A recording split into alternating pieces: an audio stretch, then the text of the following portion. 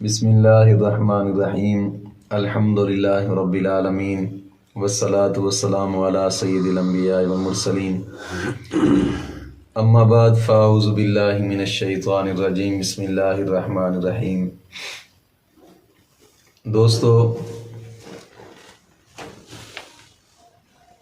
جس طرح کہ آپ کو معلوم ہے، پچھلا سبق ہم نے آدمی اور جانوروں کے جھوٹے کا بیان پڑھا تھا۔ میں امید کرتا ہوں کہ مولا کریم کی کرم نوازی سے وہ مسائل خوب سمجھ گئے ہوں گے آپ۔ الحمدللہ۔ آج نیا مسئلہ شروع کرتے ہیں، تیمم کا بیان۔ تیمم کا بیان، اس کے مسائل سمجھانے سے پہلے ضروری ہے کہ کچھ آیات کریمہ اور کچھ احادیث مبارکہ بیان کی جائیں۔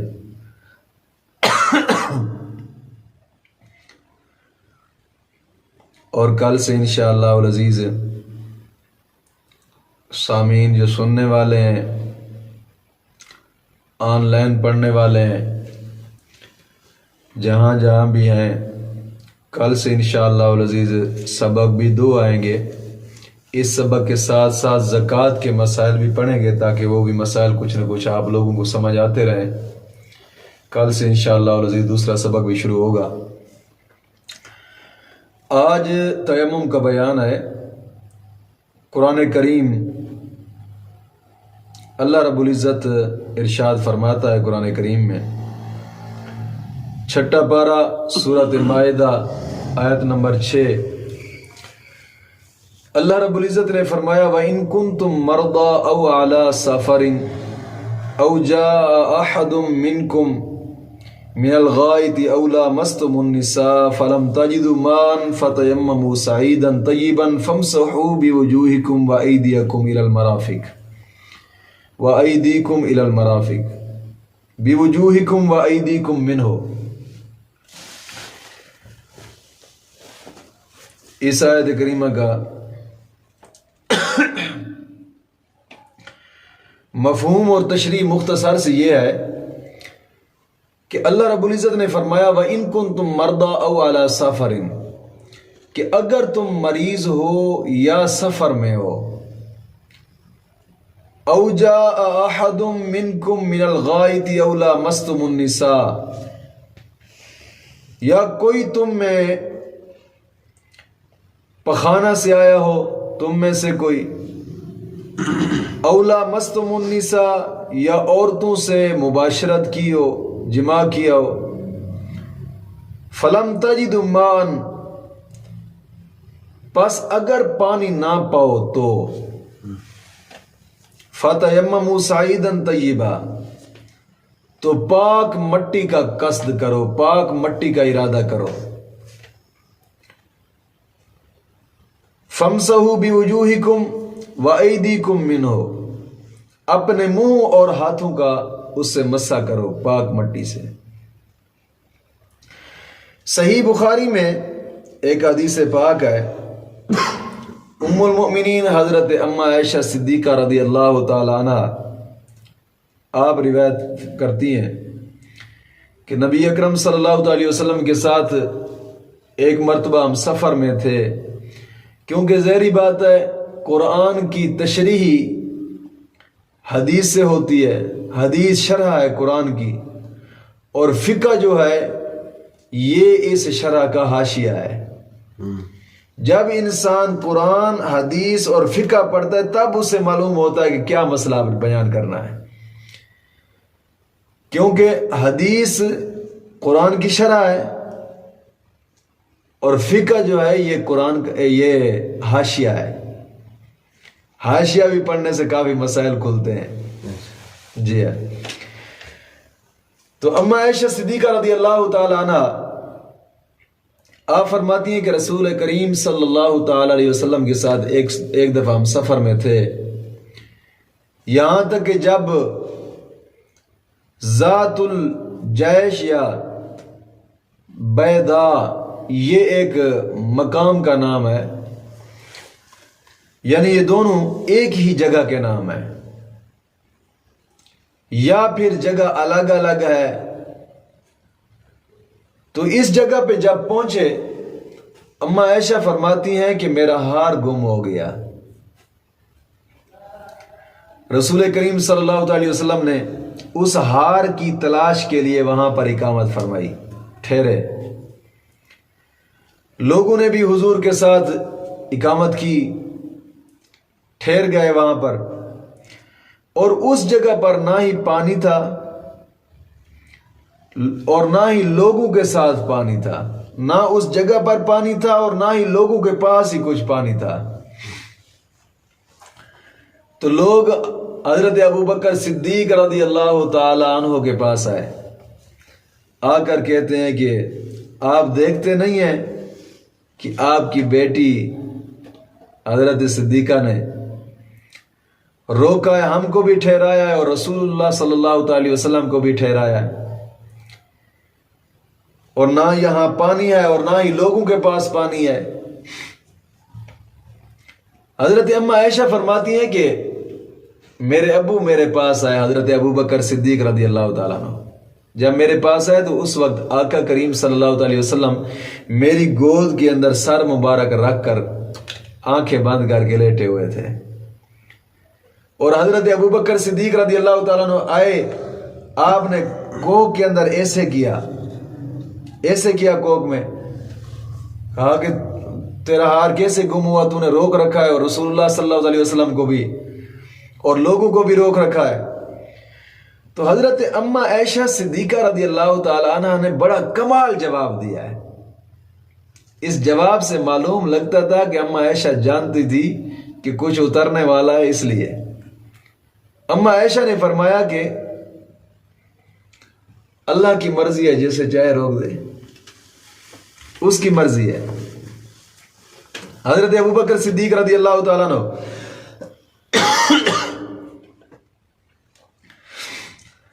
اما عائشہ فرماتی ہیں کہ حضرت ابوبکر صدیق نے جب ہاتھ مارا، کھونچا میری کھوک سے، تو میں مجبور ہو گئی تھی کہ حرکت کروں، لیکن میں نے حرکت کی نہیں، اس لیے کہ آقا کریم صلی اللہ علیہ وسلم کے آرام میں خلل نہ آئے، کہ آقا کریم صلی اللہ علیہ وسلم زانوں پر سر رکھ کر آرام فرماتے۔ فرماتی ہیں کہ جب صبح ہوئی نا، صبح،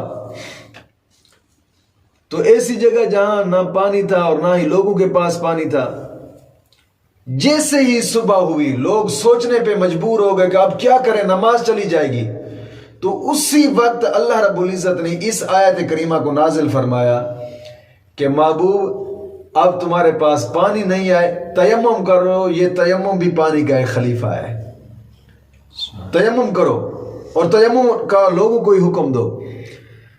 جیسے یہ آیت کریمہ نازل ہوئی تو اسید بن حضیر رضی اللہ تعالیٰ عنہ، یہ حضور کے ایک صحابی ہیں، آ کر حضرت ابوبکر صدیق رضی اللہ تعالیٰ عنہ سے کہتے ہیں کہ ابوبکر، تمہاری آل کی یہ پہلی برکت نہیں ہے، یہ پہلی برکت نہیں ہے تمہاری آل کی، یعنی اس سے پہلے بھی اور تمہاری بڑی برکتیں ہم دیکھ چکے ہیں، یہ تمہاری پہلی برکت نہیں تھی۔ فرماتی ہے کہ جب تیمم کی آیت نازل ہوئی، لوگوں نے تیمم کیا،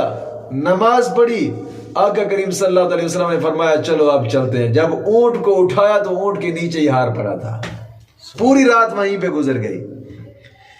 اب وہاں بڑے جو اعتراض کرتے ہیں کہ اگر آقا کریم صلی اللہ علیہ وسلم کو علم غیب ہوتا تو بتاتے نہیں کہ اما عائشہ کے پاس جناب جی وہ ہار اونٹ کے نیچے پڑا، الو کے پٹھے ہو، جب حضور بتا دیتے تو یہ آیت کیسے نازل ہوتی؟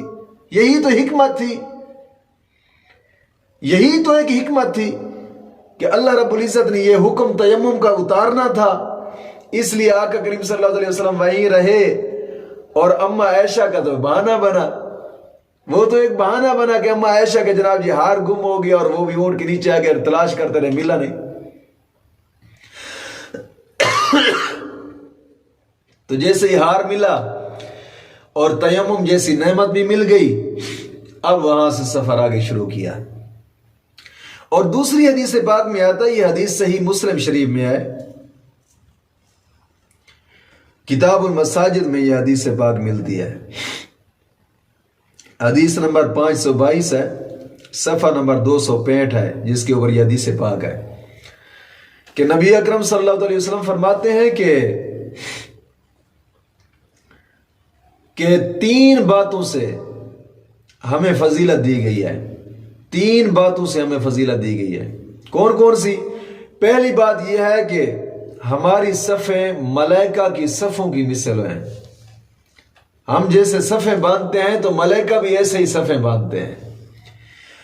اور دوسری بات یہ ہے کہ ہمارے لیے تمام زمین کو مسجد کر دیا گیا ہے. تمام زمین کو ہمارے لیے مسجد کر، کیونکہ پہلے جو نبی ہوتے تھے ان کے لیے تمام زمین تو مسجد نہیں تھی. یہ نعمت بھی حضور کو ملی ہے اور حضور کے وسیلے سے ہمیں ملی ہے. اور تیسری کہ جب ہم پانی نہ پائیں تو زمین کی خاک ہمارے لیے پاک کر دی گئی ہے. حضور نے فرمایا کہ ان 3 باتوں سے ہمیں فضیلت دی گئی ہے لوگوں پر. اور ایک اور حدیث پاک میں آتا ہے، مسند احمد بن حنبل کی حدیث پاک ہے، 8ویں جلد ہے، صفحہ نمبر 86 ہے، کہ روایت کرنے والے حضرت ابو ذر رضی اللہ تعالیٰ عنہ ہے کہ حضور سید عالم صلی اللہ علیہ وسلم نے فرمایا کہ پاک مٹی مسلمان کا وضو ہے. پاک مٹی مسلمان کا وضو ہے. اگرچہ 10 برس تک پانی نہ ملے، یعنی 10 سال تک جو مسلمان کو پانی نہ ملے، تب بھی پاک مٹی سے تیمم کرتا رہے، وضو بھی ہوتا ہے اور غسل بھی ہو جائے گا. تو پھر جب پانی ملے تو اپنے بدن کو وہ پانی ضرور پہنچائے. یعنی وضو کرے، وضو کرنا ہے تو وضو کرے، غسل کرنا ہے تو غسل کرے، غسل فرض ہے تو غسل کرے، اور یہ اس کے لیے بہتر ہے. آگے روایت ہے، ابو داود کی روایت ہے، حضرت ابو سعید خدری رضی اللہ تعالیٰ عنہ اس روایت کے راوی ہیں. آپ فرماتے ہیں کہ 2 شخص سفر میں گئے، 2 شخص، اور نماز کا وقت آیا، ان کے پاس پانی بھی نہیں تھا. پاک مٹی پر تیمم کرے ان دونوں نے نماز پڑھ لی. پاک مٹی پر تیمم کر کے دونوں نے نماز پڑھ لی. پھر وقت کے اندر اندر ہی پانی ان دونوں کو مل گیا. وقت کے اندر اندر ہی پانی دونوں کو مل گیا. ان میں سے ایک صاحب نے پانی کے ساتھ وضو کر کے نماز پڑھی ہے، اور ایک صاحب نے پانی کے ساتھ وضو کر کے نماز نہیں پڑھی. جب آقا کریم صلی اللہ علیہ وسلم کی بارگاہ میں آئے تو آ کر ماجرہ بتایا کہ حضور، میں نے نماز کا اعادہ کیا ہے، اس نے نماز کا اعادہ نہیں کیا. آقا کریم صلی اللہ علیہ وسلم نے فرمایا کہ جس نے نماز کا دوبارہ اعادہ نہیں کیا ہے وہ سنت کو پہنچا ہے، اور جس نے دوبارہ وضو کر کے نماز پڑھی ہے اس کے لیے دوگنا ثواب ہے.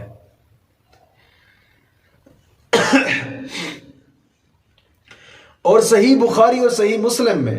ایک روایت ہے، حضرت عمران رضی اللہ تعالیٰ عنہ اس روایت کے راوی ہیں. صحیح بخاری کتاب التیمم میں یہ حدیث پاک ملتی ہے، جلد پہلی ہے، صفحہ نمبر 136. آقا کریم صلی اللہ علیہ وسلم، یہ حضرت عمران کہتے ہیں کہ ہم ایک سفر میں نبی اکرم صلی اللہ علیہ وسلم کے ساتھ تھے. حضور نے نماز پڑھائی. جب نماز سے فارغ ہوئے تو حضور نے ملاحظہ فرمایا، دیکھا ہے تو ایک شخص ایک کونے میں بیٹھا ہے، اس نے لوگوں کے ساتھ نماز نہیں پڑھی. آقا کریم صلی اللہ علیہ وسلم نے فرمایا کہ اے شخص، تجھے قوم کے ساتھ نماز پڑھنے سے کس چیز نے روکا ہے؟ تو وہ شخص کہنے لگا، یا رسول اللہ صلی اللہ علیہ وسلم، مجھے نہانے کی ضرورت تھی، یعنی مجھ پر غسل فرض تھا اور پانی نہیں ہے. تو حضور نے فرمایا، جا مٹی کو لے، مٹی کو لے، یہ مٹی ہی تیرے لیے کافی ہے. یعنی غسل کرنا ہو تو پانی نہ ہو تو مٹی سے تیمم کر لے، غسل ہو جائے گا۔ ایک اور روایت میں آتا ہے، صحیحین میں یہ روایت حضرت ابو جہیم بن حارث رضی اللہ تعالیٰ عنہ اس حدیث کے راوی، یہ نام اصل حضرت ابو جہیم ہے، کیونکہ کئی ماشاءاللہ پڑھے لکھے، میں نے ایک سنا ہے، اس کا ایک کلپ تھا، ایک مولوی صاحب تھے، میں ان کا نام لینا پسند نہیں کرتا، روایت بیان کر رہے تھے اور کہہ رہے تھے کہ حضرت ابو جہیم نعوذ باللہ من ذالک۔ میں نے کہا کمال، تو پھر عقل اس کی ہے کہ ابو جہیم کو ابو جہیم پڑھ رہے ہیں۔ اللہ والے ہو، اگر اتنا نہیں جانتے صرف ناف کو تو کم از کم بیان ہی نہ کرو، بس صرف اتنی بات کہہ دو کہ یار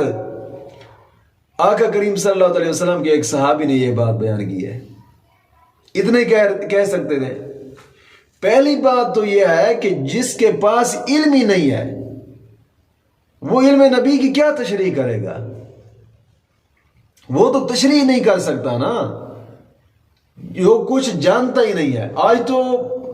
کمال ہے کہ نیٹ کی دنیا میں جناب علی ہر دوسرا آدمی مفکر بن کے بیٹھا ہے، ہر دوسرا آدمی جس کو میں جناب جی بڑا پڑھا لکھا ہوں، میں تو نیٹ سے کتابیں کھول کے پڑھتا ہوں، اور میں نیٹ دے اتنے کئی ایسیاں جناب جی ویب سائٹیں بنی ہوئی ہیں جی میں وہ 360 والی ویب سائٹ ہے یا اور ویب سائٹ اتنیاں بنی ہوئی ہیں کہ انہوں نے جناب جی حضور دے فرمانوں نو بالکل موڑ کے رکھیا ہے، موڑ تروڑ کے انہوں نے اپنا نظام جناب جی جاری کیتا ہے۔ اور پوچھا جائے کہ میں تو جناب جی نیٹ تو نہیں پڑھتا، میں تو فلاں مولوی اون تو بادشاہ علم ضرور کمال ہے، گھر بیٹھے رہو تو سن دے رہو، بیوقوفوں بھی علم اتنا سستا ہوندا تو پھر ملتا ہی تو ایسے لوگاں کو لیے جڑے ابو جہیم دی جگہ ابو جہیم پڑھتے پہ ہوندے نے، ملتا ہی پھر انہاں لوگاں کو لے۔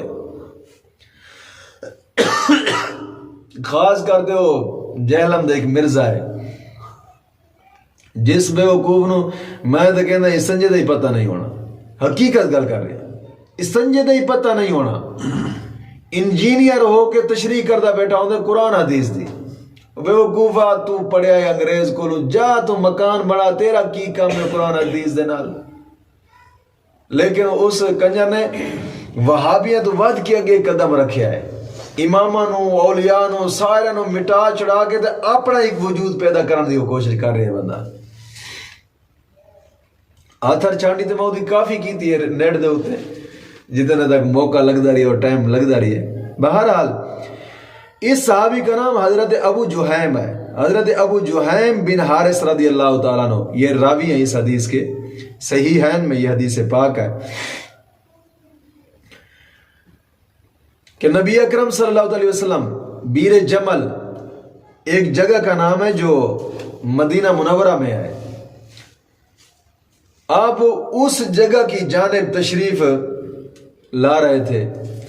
ایک شخص نے آقا کریم صلی اللہ علیہ وسلم کو سلام کیا ہے، وہ ادھر سے آ رہا تھا، حضور ادھر سے جا رہے تھے، اس نے سلام کیا تو حضور نے اس کے سلام کا جواب نہیں دیا، فوراً ہی حضور ایک دیوار کھڑی تھی دیوار کی طرف مڑ پڑے، جا کر دیوار کے اوپر حضور نے تیمم کیا ہے، تیمم کرنے کے بعد اس سے کہا وعلیکم السلام ورحمۃ اللہ وبرکاتہ۔ اس حدیث سے یہ بات ثابت ہوتی ہے کہ وضو سلام کا جواب دینے کے لیے وضو کرنا مستحب ہے، اس حدیث سے یہ بات ثابت ہوتی ہے کہ آقا کریم صلی اللہ علیہ وسلم، اور پانی کے ہوتے ہوئے بھی یہ بھی تو ایک سوال کیا جاتا ہے، جناب جی بتائیں پانی بھی ہے، وافر بھی ہے، سب کچھ پانی موجود بھی ہے، لیکن پھر بھی اس نے جناب جی تیمم کر کے ایک عبادت کی ہے، اس سوال کا جواب ہوتا ہے جناب علی پانی واقعی موجود تھا لیکن سلام کا جواب دینے کے لیے تیمم کیا ہے، سلام کا جواب دینا بھی تو عبادت ہی ہے۔ مسئلہ نہیں سمجھا میرا خیال ہے، ایک فقہی پہلی ہوتی ہے۔ تو حضور نبی اکرم صلی اللہ علیہ وسلم نے ایک دیوار پر تیمم فرمایا اور تیمم فرمانے کے بعد اس شخص کے سلام کا جواب دیا ہے۔ آگے یہ تو 6 حدیثیں تھیں جو میں نے بیان کی ہیں، ایک دو مسئلہ بھی چلو پڑھ لیتے ہیں تیمم کے مسائل کا، تاکہ آج سبق شروع ہی ہو جائے، کل انشاءاللہ اس کو مکمل کریں گے۔ تیمم کی مسائل کا پہلا مسئلہ یہ ہے کہ جس کا وضو نہ ہو یا اس کو نہانے کی ضرورت ہے، وضو نہیں ہے، وضو کرنا چاہتا ہے، یا پھر غسل اس کے اوپر فرض ہے، غسل کرنا چاہتا ہے، نہانے کی ضرورت ہے، اور پانی پر قدرت بھی نہ ہو، یعنی پانی پر طاقت بھی نہیں ہے، وضو ٹوٹ گیا، وضو کرنا چاہتا ہے، پانی نہیں ہے، یا غسل فرض ہو گیا ہے، واجب ہو گیا، غسل کرنا چاہتا ہے، پھر پانی نہیں ہے، تو ان دونوں صورتوں میں وضو کرنا چاہتا ہے یا غسل کرنا چاہتا ہے تو وضو اور غسل کی جگہ پر تیمم کرے گا۔ پانی پر قدرت نہ ہونے کی کئی صورتیں ہیں۔ ایک صورت یہ بھی ہے کہ ایسی بیماری ہے کہ جناب جی وضو کرتا ہے یا غسل کرتا ہے تو وہ بیماری زیادہ ہو جائے گی، یا پھر اس کو خدشہ ہے کہ جناب علی یہ بیماری تو لگ گیا، وضو یا غسل کرتا ہوں تو یہ دیر سے اچھی ہوگی، یا یہ اندیشہ ہے یا خود آزمایا ہے اس کو، تو وضو اور غسل کرتا ہے تو بیماری بڑھتی ہے، یا پھر کسی مسلمان اچھے لائق حکیم نے، مسلمان ہے اور اچھا اور پرہیزگار حکیم ہے جو ظاہراً فاسق نہ ہو، یاد رکھیے گا، اگر اس نے کہہ دیا کہ پانی نقصان دے گا تو پھر تیمم کرے۔ ہر حکیم نہیں، او حکیم کے علاقے دے اندر لوگ جان دے ہون بھئی یار اے حکیم بڑا تہجد گزار ہے، پرہیزگار ہے، متقی ہے، بالکل جھوٹ نہیں بولدا، کسے قسم دا کوئی گناہ نہ کردا ہوئے، داڑھی نہ مڑدا ہوئے، پھر ہے مسئلے حکیم دی گل بات ہو رہی، ڈاکٹر دی گل نہیں۔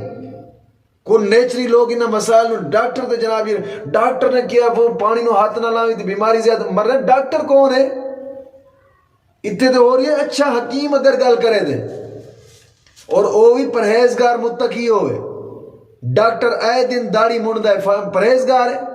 یہ تے فاسق فاجر ہے، لعنتی حضور دی دشمن سنت دا قاتل ہے۔ اور دوسری گل ہے کہ طبیعت کافی ناساز ہے یار،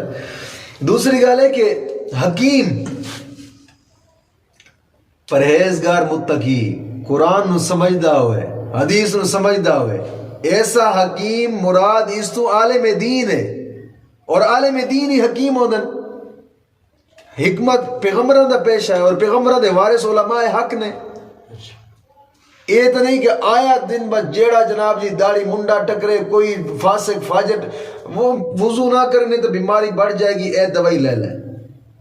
او دی گل دا کوئی اعتبار نہیں، انہوں وضو کرنا پینا ہے۔ گل نہیں سمجھ آئی؟ اور محض خیال ہی خیال میں بھی ایسا نہ کرے کہ یار خیال ہے بیماری بڑھنے کا، میں وضو کرتا ہوں تو بیماری بڑھ جائے، خیال ہے تو محض خیال سے بھی تیمم جائز نہیں ہے، محض خیال سے بھی تیمم جائز نہیں ہے۔ اور اسی طرح اگر کوئی کافر کہے